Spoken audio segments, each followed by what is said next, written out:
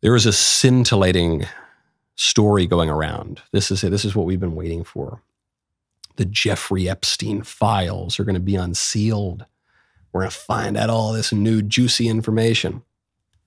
Some of us told you at the end of last year, this was just a week ago, that we weren't going to get any really new information.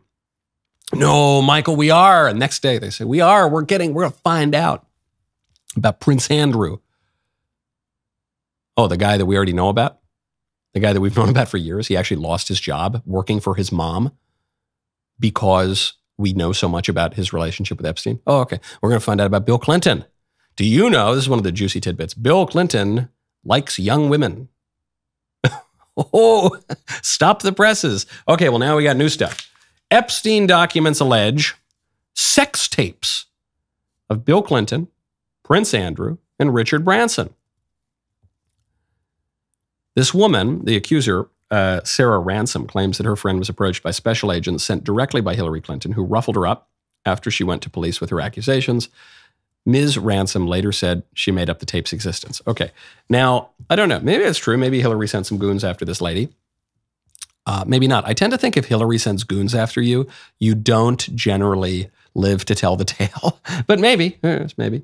And so then she goes to the cops and she says, I have all these tapes in my possession. Now, are there secret sex tapes of at least some Epstein clients, maybe including Bill Clinton, Prince Andrew, and Richard Branson? Yeah, I bet so.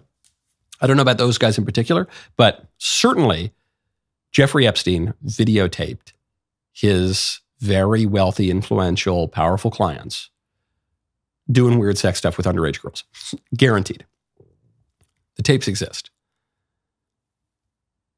But is it these tapes? Does this woman, this Epstein accuser, who obviously got kind of messed up as a young gal, does she have those tapes? I kind of doubt it.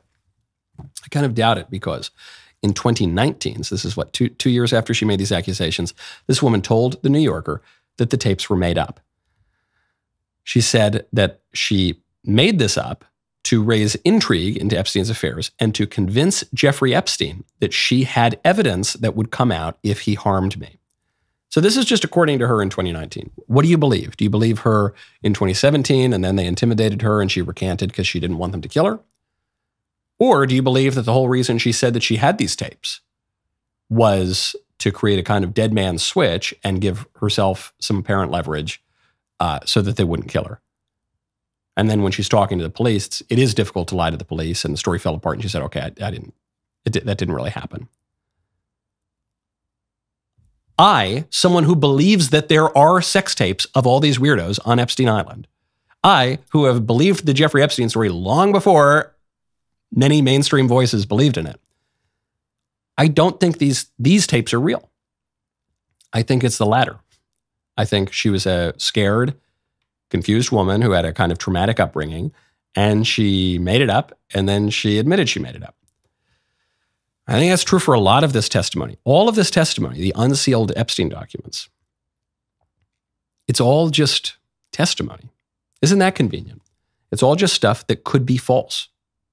It's all just, some of which the accusers have admitted was false. Now, to me, it's just so convenient. The only people we're hearing about really are the ones that we already knew about. And all of the stories that we're hearing, titillating, scintillating that they may be, can easily be denied because they're not findings of a court. They're not the conclusions of an investigation. They're just what some lady said. Witnesses who may or may not be credible. I just think the whole thing is a limited hangout. I think it's all fake and silly to get us all chattering. I think we finally got to the bottom of this Epstein thing. No, we didn't. No, we didn't. The bottom of the Epstein thing is, who was he working for? In whose service did he cultivate these relationships, operate the weird sex mansions and islands, and film the tapes? Who, if anyone, was he blackmailing? And more importantly, in whose service was he doing the blackmailing? That's what this is about. And none of the Epstein news of the last 2 weeks has gotten us 1 inch closer to finding out that information. Very, very convenient. There's a new Morning Consult poll out that says that faith in democracy remains very strong. I think this poll is total BS. So you look at it and you can see all the little tabs. And not only does Morning Consult believe that faith in democracy in America remains strong, it's faith in democracy everywhere that they take the polls, all of the countries that they survey. Okay.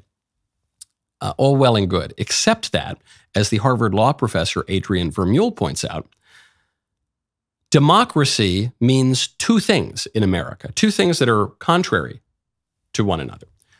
When the libs talk about democracy, in the same breath, they will talk about how important it is to kick Donald Trump off the ballot and stop people from being allowed to vote for him. We conservatives listen to that. We say, what are you talking about? You're saying it's democratic to stop the people from voting for their favorite candidate? Yeah, and the liberals really believe that that is democratic. They believe that democracy and liberalism are synonymous, even though liberalism is a minority ideology. It's can be deeply, deeply unpopular, and then it's imposed from above, and it is a totalitarian ideology, I guess you would say. It infiltrates every aspect of life. That's how it's managed to corrode not just federalism, not just constitutional protections, but it's corroded even the family. It's corroded even local rule, and it's like an acid that you pour on society until everything is just divided up and alienated into the atomic individual. That's no good. That's not how I refer to democracy. When I say I support democracy, what I mean is I support the people voting for whom they want to vote for. That's a very different meaning of democracy. So I just don't think this poll means anything at all. It's similar to saying, hey, do you support freedom? You could ask me, a rather conservative person, do you support freedom? I say, of course I support freedom. You could ask some crazy purple hair doing a bunch of drugs who's in, a lesbian throuple with three dudes and a billy goat. And it would say, do you support freedom? And she would say, of course I support freedom. But we would think that the other one does not support freedom because we have different understandings of freedom. The lib would believe that freedom is the ability to do whatever you want, particularly following your base passions. And I would believe the opposite. I would say that true freedom is disciplining your base passions and following your rational will and bringing that into accord with the divine will. That true freedom is the right to do what we ought, not the ability to do what we wish at our lowest levels. Those are totally in conflict. But a Morning Consult survey that said, do you all support freedom? Say 100% of people support freedom. 100% of people support democracy. And the centrists are going to sit back here and say, okay, good, the guardrails hold, no big deal. The guardrails are not holding right now. This is happy talk. This is papering over a fundamental difference. And it gets down to number one national best-selling book that I recommend that everyone read called Speechless: Controlling Words, Controlling Minds. Thank you. Because all this happy talk is papering over a battle over language. Whose definition of democracy is going to prevail? For all of human history, democracy was the political order that the people want.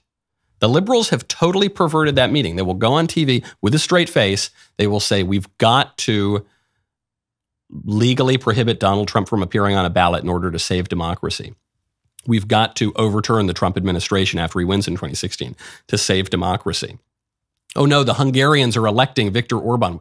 He's a threat to democracy. Giorgia Meloni is a threat to democracy. The Brexit's a threat to democracy. All these things that the people keep voting for, it's a threat to democracy. Who's going to win that battle over the word? It's a very, very powerful word. It still has so much currency. But for all intents and purposes, it no longer means what it traditionally has meant, what it actually means. Have you yet subscribed on YouTube to this channel? You haven't? What? That's crazy. Do it. You have to do it. That way you'll get more of this cool content, man. Ring the bell. See you next time.